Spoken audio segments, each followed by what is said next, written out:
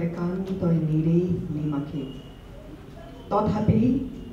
আপোনা আপুনি সোঁহাতে বাওঁহাতে লগ লাগি নিজৰ অজ্ঞাতে মূৰ্খতাই তুমুল কাণ্ড পিহি পেলাই দুয়োহাতে এজন স্বাভিমানী কবি খেয়ালি মনৰ মানুহজন অতি স্পৰ্শকাতৰ সমাজৰ অসূয়া অশান্তিয়ে মানুহজনক কষ্ট দিয়ে অভিমানী মানুহজন কবিজন এদিন হেৰাই গ'ল চাৰিওফালে হাহাকাৰ লাগিল কবি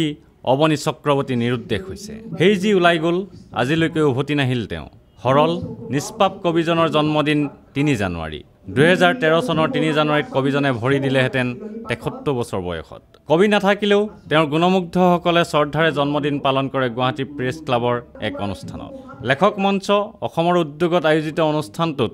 কবিৰ ভাতৃ ভূপেন চক্ৰৱৰ্তীয়ে ৰোমন্থন কৰে জ্যেষ্ঠ ভাতৃৰ কথা ভূপেন চক্ৰৱৰ্তীয়ে কয় মই যেতিয়া কবিতা লিখিবলৈ আৰম্ভ কৰিছিলোঁ কবিতাৰ বিষয়ে মই একো জনা নাছিলোঁ এখন উৎসাহ দিছিলোঁ কিন্তু কবি অৱনী চক্ৰৱৰ্তীয়ে মোৰ দাদাই এটা শৃংখলিত পথ মোক দেখুৱালে আৰু সেইটোৰ পৰাই মই হয়তো এতিয়া এই উদগনিৰে মই কবিতা লিখি আছোঁ বিশিষ্ট আবৃত্তিকাৰ হিচাপেও নাম থকা ভূপেন চক্ৰৱৰ্তীয়ে আবৃত্তি কৰে কনচেন্ট্ৰেশ্যন কেম্প নামৰ অৱনী চক্ৰৱৰ্তীৰ এটি বহুপঠিত কবিতা মই কি অক্ষম কবি কবিতাৰ বন্দিত্ব অস্বীকাৰ কৰি আগবাঢ়ো নত জানো হওঁ দৃষ্টিৰ বলয়গ্ৰাসত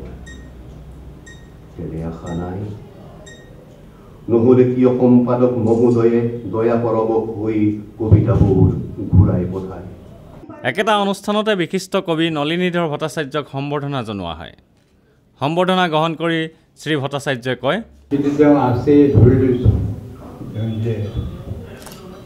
নহ'লে আমি প্ৰেৰণা নাপাওঁ তেওঁৰ যি আমাক উপকাৰী দিছিল সেই আমাতকৈ সৰু যথেষ্ট তথাপি আমাক যি উদগনি দিছিল সেইবোৰ পঢ়া নাই স্বাভিমানী কবিজনৰ জন্মদিনতে কবি আনিছুজ্জামানৰ এখনি কিতাপো উন্মোচন কৰা হয় অসমৰ বৌদ্ধিক সমাজৰ বহুসংখ্যক ব্যক্তিৰ উপস্থিতিয়ে অনুষ্ঠানটিক গাম্ভীৰ্যপূৰ্ণ কৰি তোলে কেমেৰা পাৰ্চন সুশান্ত দাসৰ সৈতে অমৰদীপ গগৈ চেণ্টিনেল নিউজ গুৱাহাটী